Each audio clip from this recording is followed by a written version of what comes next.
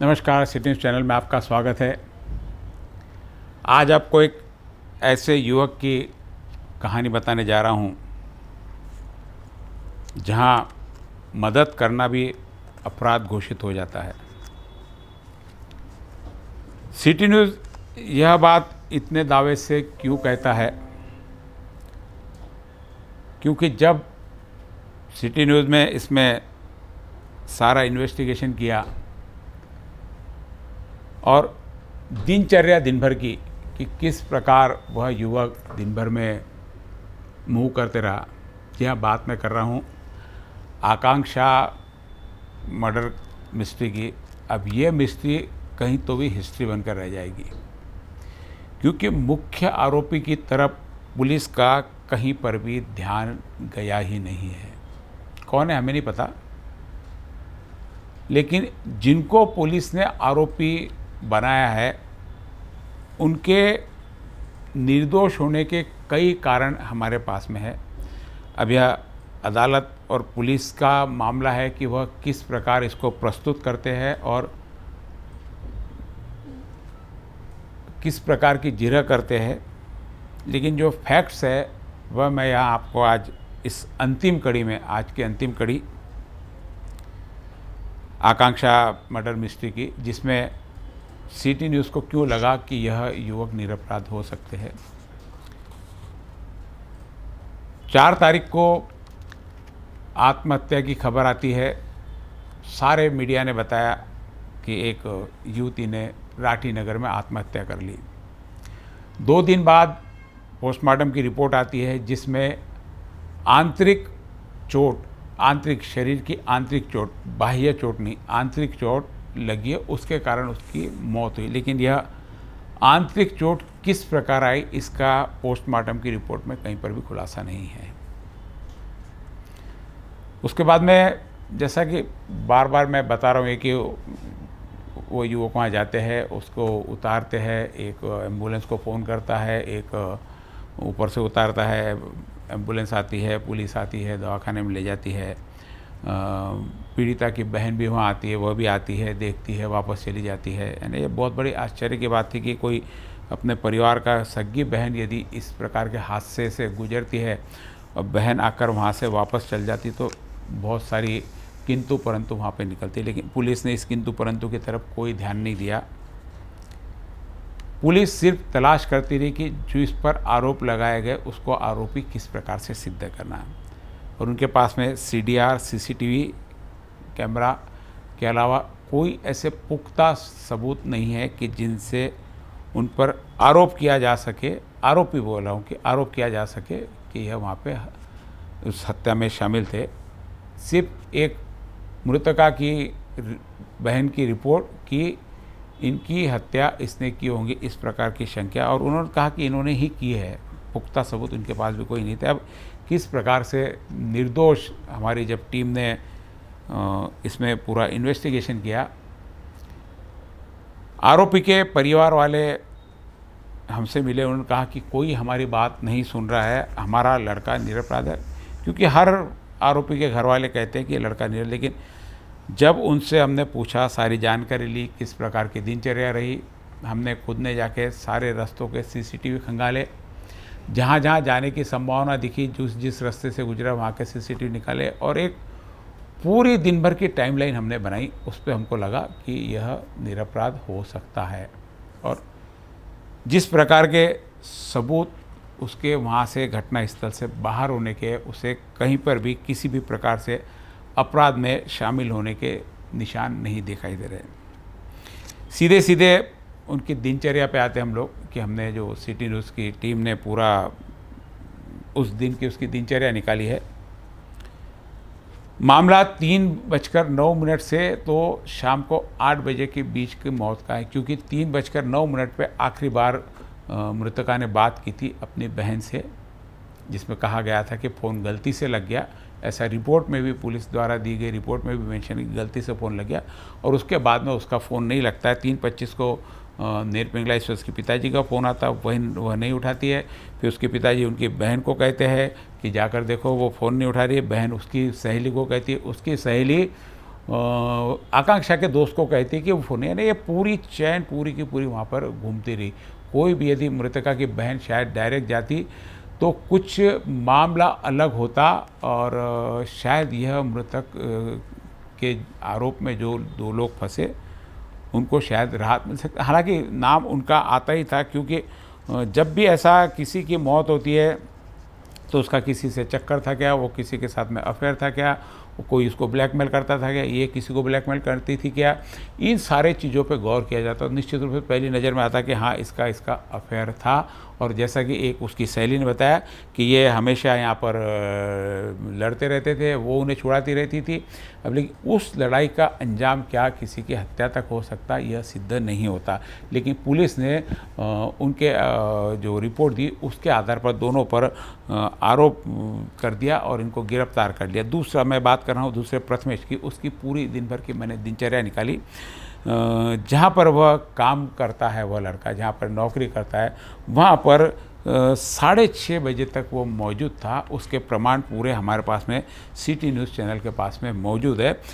उसकी पहले की भी दिनचर्या हमने ली कि सुबह 11 साढ़े 11 बजे जब वो जॉब पे गया, उससे दिन भर की कि उस ऑफिस से वह बाहर कब गया। बाहर दोपहर में वहाँ पे 2:13 पर सीसीटीवी में दिखाई दे रहा है बाहर जा रहा, जहाँ पर घर पे खाना खाने गया है वो ऑफिस से निकलकर, और 15:12 यानी 2:15 बजे गया और 3:15 बजे वापस आता हुआ दिख रहा है। उसके बाद में फिर वहाँ से वापस ऑफिस से ये हो गई एक बीच में कि घर से बाहर, क्योंकि पुलिस कह रही थी कि ये 3:09 से, इसलिए हमने यह घटनाक्रम इसलिए लिया कि 3:15 बजे वह वापस में था। 3:09 पे यदि बात हुई तो 10 मिनट में सारा कार्यक्रम नहीं हो सकता जो वहाँ पे हुआ। 3:15 बजे वहाँ पर वो वापस ऑफिस में चले गए, जो आप सीसीटीवी की फुटेज में साफ यहाँ पर देख रहे हैं।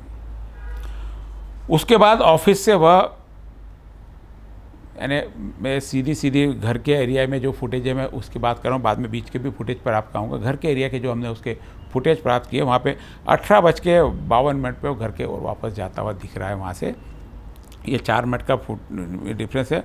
और 19:44 7:45 बजे करीब 19:44 पे घर से वह प्रतीक के घर पे निकलता। इसकी संवाद क्या हो, ये भी संवाद आपको मैं बताऊंगा कि किस प्रकार ये समय तय हुआ कि वहाँ पर उतने बजे जाना है। यह दोपहर से ही बात चल रही थी कि उसके पास उतने बजे जाना है, कोई अचानक से घटी हुई घटना नहीं है। उसके बाद में एक बार ऑफिस से जेरोक्स निकालने जाता है घर से बाहर, एक वीरा मंगल कार्यालय के बाद पास में। वहाँ पे सीसीटीवी में 17:52 का टाइम है, लेकिन ये 18 मिनट सीसीटीवी पीछे चल रहा है। वो जो रियल टाइम चलता है उससे जब हमने काउंट किया तो 18 मिनट का रियल टाइम में, और इसमें हमको फ़र्क दिखा। जो घड़ी उस समय चलते दिखती है, हमने हमारी घड़ी से मिलाया तो 18 मिनट का उसमें फ़र्क मिला, और 18:52 पे गया और 10 मिनट से मैं वहाँ से जेरोक्स निकाल के वापस वो ऑफिस पे पहुँच गया। अब ऑफिस पे यदि देखें तो ऑफिस से जो निकलने का समय उसका है, यदि सीसीटीवी फुटेज, क्योंकि ये जो दिया हुआ है उसके बाद में वापस जेरोक्स से वापस जाते हुए भी ऑफिस में दिखता है, यानी 17:52 ये जो शाम का समय है, जो संशयित समय दिखाई दे रहा है वहाँ पे 6 बजे से लेकर 8 बजे के, तो 6 बजे से 8 बजे तक के बीच में वह कहाँ था, यह सीसीटीवी के माध्यम से हम आपको जनता को दिखाने जा रहे हैं। ये सारे सीसीटीवी फुटेज पुलिस को भी हमने दिखाया, पुलिस को सारी सूचना दी, पुलिस को सारी बात बताया, लेकिन पुलिस इन सब चीज़ों में कहीं पे भी पढ़ना नहीं चाहती। वह सिर्फ ये देख रहे कि कोई यह कह दे कि इस बीच हमने इन दोनों को यहाँ पर देखा। इतना भी यदि किसी ने चश्मदीद दे दिया तो पुलिस उनको आरोपी के साथ में कटघरे में और न्यायालय में खड़ा कर देगी कि हत्या के आरोपी यही है। जबकि हम फैक्ट्स बता रहे, जो प्रूफ है, एविडेंस है, जो ऑलरेडी है, वह आपके सामने दिखा रहे हैं यहाँ पे। उसके बाद में घर से वो, यानी ऑफिस से वो 6:30 बजे के करीब घर पे की तरफ निकलता है। जो मैंने आपको पहले बताया कि 18:52 7:50-55 पे वो वहाँ पर घर पे जाते हुए दिखता है, यानी 20 मिनट का घर का रास्ता है। बीच में कहीं सब्जी वाला उसका मित्र रहता, उसके पास में 5-10 मिनट वो बात के लिए रुका। यह सारी जानकारी हमने वहाँ से लोगों से भी ली, उनके घर वालों से भी ली, और सीसीटीवी में मौजूद फुटेज जिसमें वह दिखाई दे रहा उसमें भी है। अब 6:30 बजे वह घर से अपने जहाँ जॉब करता हूँ वहाँ से घर की ओर गया, जहाँ पे 7:44 पर वापस वो प्रतीक से मिलने के लिए निकलता है। तो प्रतीक के घर के पास के सीसीटीवी फुटेज भी हमने निकाले हैं, वहाँ के भी हमने जहाँ काम करते हैं वहाँ के फुटेज, जहाँ से रास्ते से जिस रास्ते से गुजरते हुए घर पे जाता है वहाँ के फुटेज, यदि दोपहर में घर से कहीं बाहर दुकान से कहीं बाहर निकला होगा, जेरोक्स के लिए निकला था तो वहाँ के फुटेज, खाना खाने के लिए निकला था तो वहाँ के फुटेज, ये सारे सीसीटीवी फुटेज गवाह के रूप में इनके सामने मौजूद है। अब 1956 को वहाँ पर वो प्रतीक के घर 1956 140 को वहाँ पे पहुँचता। इसी बीच इसके संवाद भी है इसके प्रतीक के और प्रथमेश के। 4:52 पर प्रतीक फ़ोन करता है प्रथमेश को कि मोबाइल लेने के लिए वह कब आ रहा है। तो शाम का समय तय होता है कि शाम को वो लेके आएगा। उसके बाद में 7:07 पे वापस प्रथमेश फ़ोन करता है कि भाई कब आ रहा है। प्रथमेश करता है फ़ोन प्रतीक को कि आ जाऊँ क्या, तो प्रतीक बोलता है मैं उसमें से कुछ डाटा, सारी संवाद आपको मैं सुना रहा हूँ, पहले देख लीजिए 4:52 का। हा बद्या, मी म्हणलो का नाही व्हॉट्सअप खोलशील का तू याच्यात? हा व्हॉट्सअप खोलशील का व्हॉट्सअप? व्हॉट्सअप खोलून काहून खोलू नये काय? नाही मग ते मी म्हटलं व्हॉट्सअप राहू दिलं असतं मी. व्हॉट्सअप बिझनेस घेऊन ठेवून देतो मग त्यात. तूच घेतो ना, मी मायवाला राहू देतो. हा आता ते जर डिलीट केलं तर राजा वांदा होते मग. म्हणजे काहून? अबे मग मैं चॅट नाही ना वापस. बॅकअप येत नाही काय? बॅकअप आता ते काय माहिती आता. पाय बॅकअप येत्यानंतर मारून टाक डिलीट. हा मग मी बिझनेस घेऊन घेईन, माझा नंबर टाकून देईन त्यात. ठीक आहे मग असं करतो. बिझनेस मध्ये मला खोलून देईन ना. खुलून जाते पाहतो ना व्हॉट्सअप आखरीत करन मग सगळ्यात. पाहिजे मग संध्या मी येतो तिकडे तरी किती वाजता येतो तू सांगतो. तू ये ना. मी ये पा आता ऑफिसवरून 6:30 वाजता सुट्टी करेल, मला थोडंसं काम आहे तिकडे तर. हा तर मग 7 वाजता येतो मग मी 6:30-7 वाजता. चालते ना. चालते ना. हाँ ये हाँ ठीक। इसके बाद में 7:07 पर उसका संवाद है। प्रथमेश ने फ़ोन किया था कि मैं कब आऊँ, तो ये कहता है कि मेरा डाटा निकालना 8 बजे तक आ जाओ। बोल ना मैं कुठं घरी आहे. येऊ काय?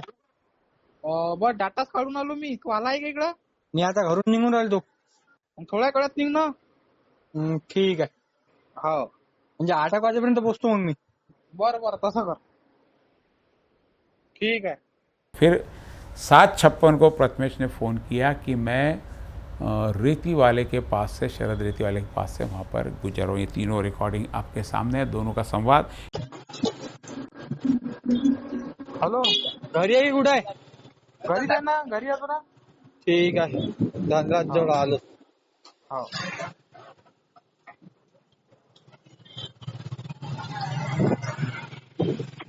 ये सीडीआर में से, उनके रिकॉर्डिंग कॉल में से मैंने कॉल निकाले हैं कि 3 बार प्रथमेश का और प्रतीक का उस दिन संवाद हुआ। और वो संवाद किस प्रकार से है, एक नॉर्मल संवाद, क्योंकि यदि कोई इस प्रकार का हत्या करके आता है, कोई अपराध करके आता है, तो उसके बोलने की शैली और इनके बोलने की शैली कहीं पर भी किसी भी प्रकार से इनके बोलने के भाव में कोई चीज़ की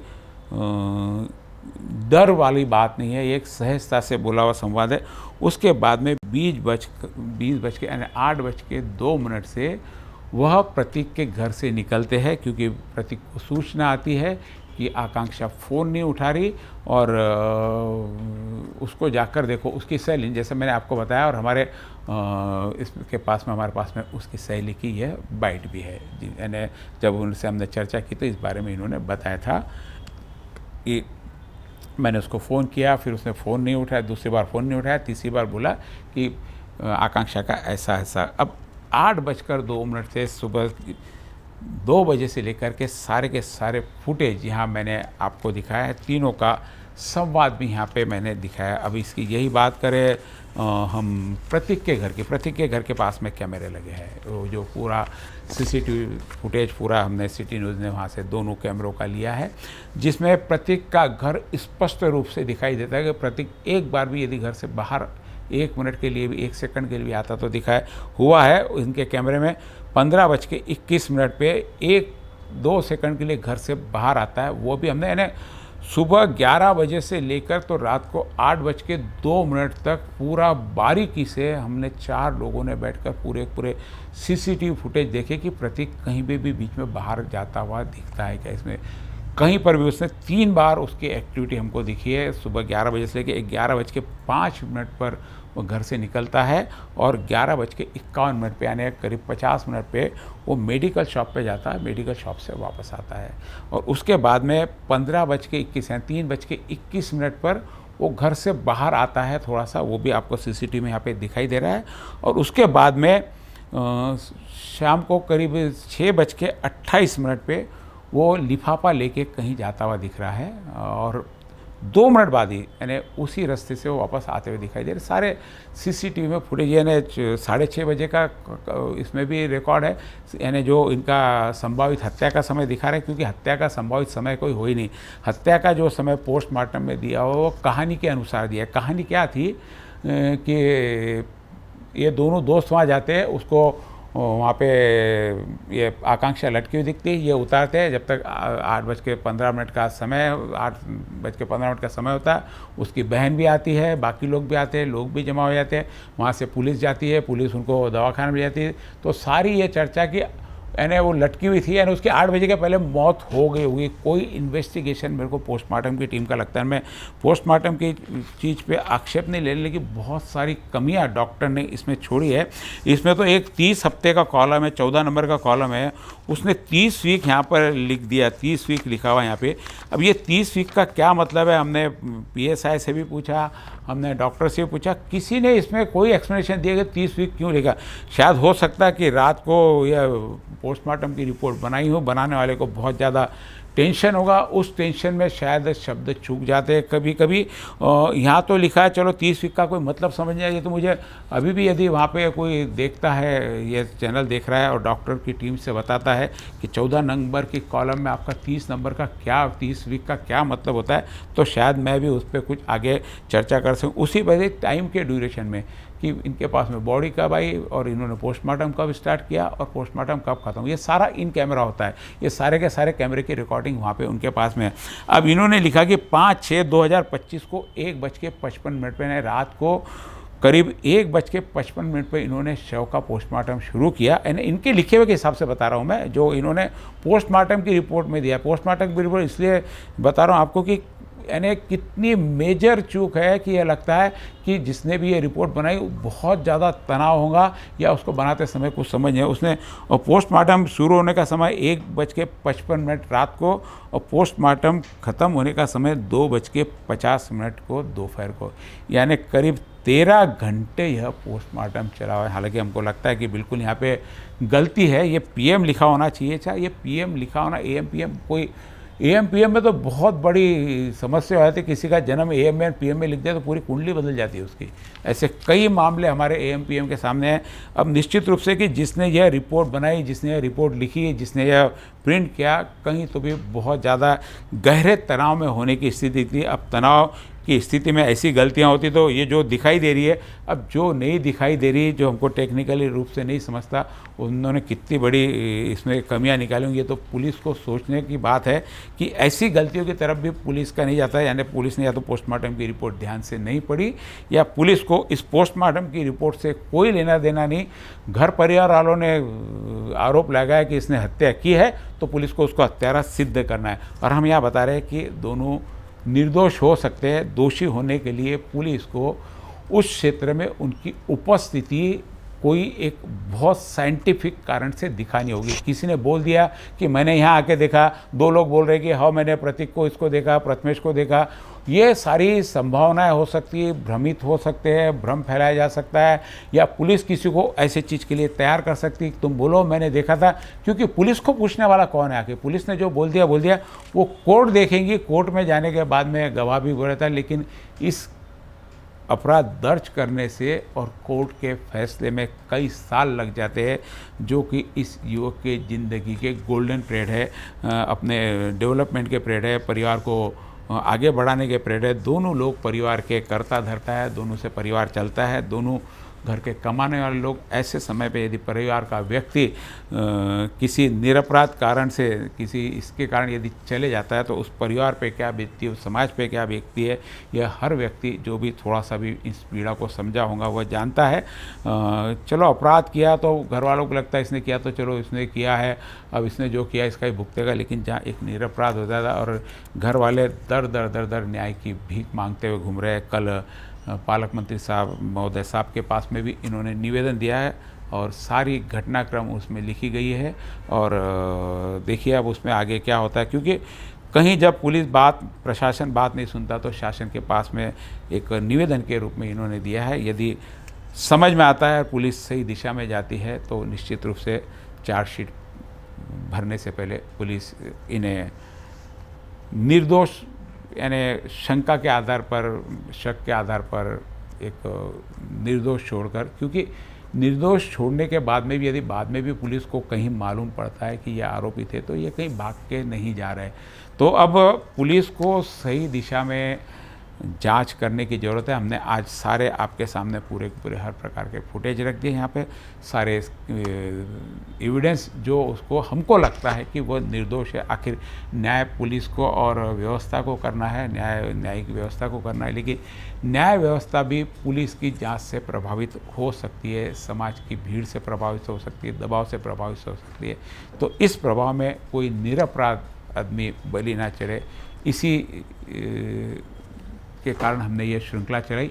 यह हमारी आखिरी श्रृंखला है। यदि आपको कहीं पे भी लगता है कि निश्चित रूप से निरपराध हो सकते हैं तो इसमें कमेंट बॉक्स में ज़रूर लिखिए, क्योंकि आपके सामने सारे जो एविडेंस होने चाहिए, पुलिस ने निरपराध होने के यदि पुलिस एविडेंस ढूंढती तो शायद एक दिन में इनको निरपराध घोषित कर दिया जाता।